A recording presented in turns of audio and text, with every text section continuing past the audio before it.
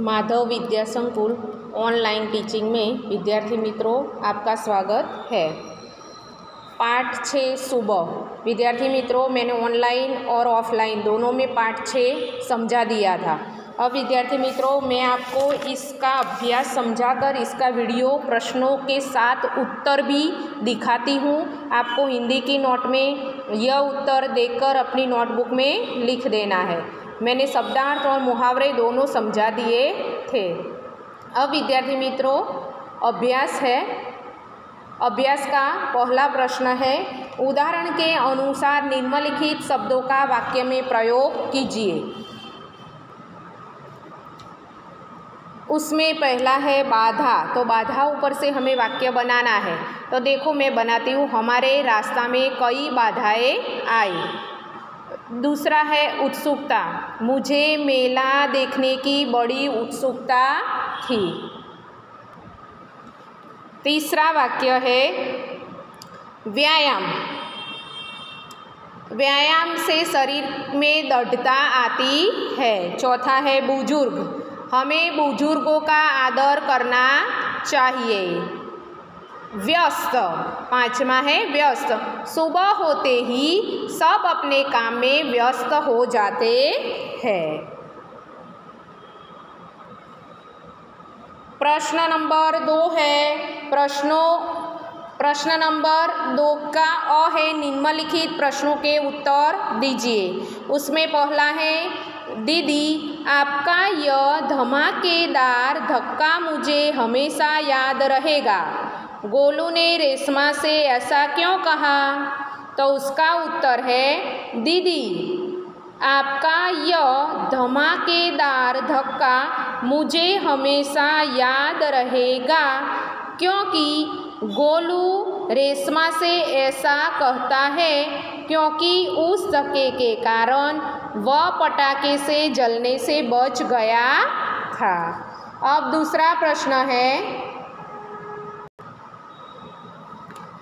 रेशमा की शारीरिक कमी उसके इरादों में कभी बाधा नहीं बनी। भावार्थ समझाइए। तो उसका उत्तर है, पोलियो के कारण रेशमा के दोनों पांव बेजान हो गए थे, लेकिन उस शारीरिक कमी से उसकी हिम्मत में कमी नहीं आई थी। वह हर काम पूरे आत्मविश्वास और लगन से करती थी।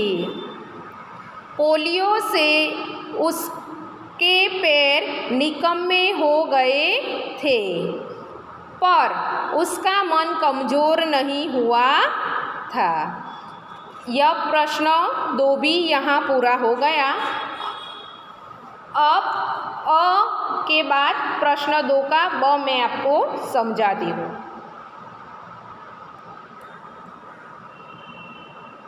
प्रश्न 2 है, उसका ब, यदि आपकी कक्षा में रेशमा की तरह कोई बच्चा दाखिला ले तो आप, हवे एमा पहलो प्रश्न है, किन किन बातों का ध्यान रखेंगे? यदि रेशमा के जैसा हमारी कक्षा में कोई बच्चा पढ़ने के लिए आए तो हम उस पर कौन सा ध्यान रखेंगे, कौन सी बातों का ध्यान रखेंगे? तो उसका उत्तर है, यदि हमारी कक्षा में रेशमा की तरह कोई विकलांग बच्चा दाखिल हो तो मैं उसकी हंसी नहीं उड़ाऊंगा।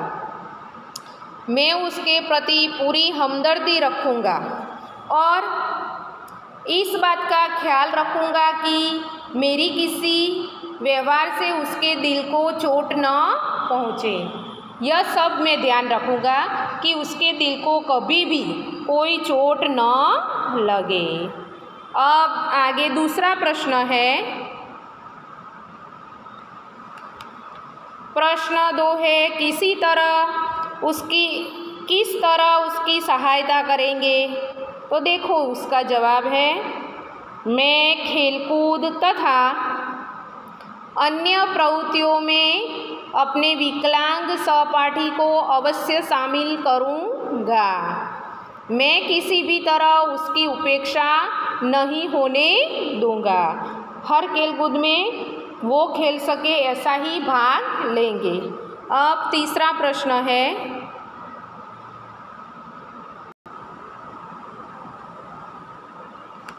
विद्यालय में क्या परिवर्तन करना चाहेंगे? तो उसका उत्तर है, मैं आचार्य जी से निवेदन करूंगा कि वे पाठशाला में ऐसे कार्यक्रमों का आयोजन करें जिनमें विकलांग विद्यार्थी भी भाग ले सके। और चौथा है, बाकी बच्चों को क्या सलाह देंगे? तो उसका उत्तर है, मैं बाकी बच्चों को यह सलाह दूंगा कि वे इस विकलांग साथी का पूरा सहयोग दें और उसके साथ प्रेमपूर्ण व्यवहार करें। अब आगे विद्यार्थी मित्रों, तीसरा प्रश्न है, सोचकर बताइए। उसमें भी पहला प्रश्न है, दीपावली पर आपके परिवार में क्या क्या विशेष तैयारी की जाती है? तो उसका उत्तर है, दीपावली पर हमारे परिवार में सर्वप्रथम पूरे घर की सफाई की जाती है। सभी चीज़ों को झाड़ और पोंछकर उन्हें फिर से व्यवस्थित ढंग से रखा जाता है। उसके बाद कुछ मीठे और कुछ नमकीन के पकवान बनाए जाते हैं। परिवार के सदस्यों के लिए नए कपड़े सिलाई या खरीदे जाते हैं। अब उसमें दूसरा प्रश्न है, दूसरा है, क्या दीपावली पर पटाखे छुड़ाने चाहिए, क्यों? तो दीपावली पर पटाखे नहीं छुड़ाने चाहिए क्योंकि इसे थोड़ी सी खुशी मिलती है और परंतु भारी खतरा रहता है। पटाखों के कारण पैसों की बर्बादी होती है और वायु प्रदूषण भी बढ़ता है। अब तीसरा प्रश्न है, तीसरा प्रश्न है, किसी ऐसी घटना का वर्णन कीजिए जब आपको किसी ने बचाया हो या अपने किसी ने सहायता की हो।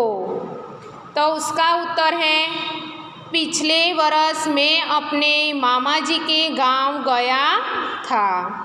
वहाँ नदी में नहाते नहाते मैं गहरे पानी में चला गया और डूबने लगा।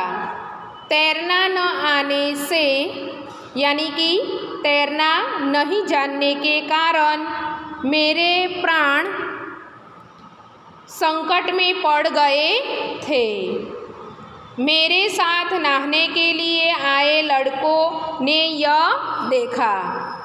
वह तुरंत तैरकर मेरे पास आया और मुझे किनारे तक खींचकर ले गया।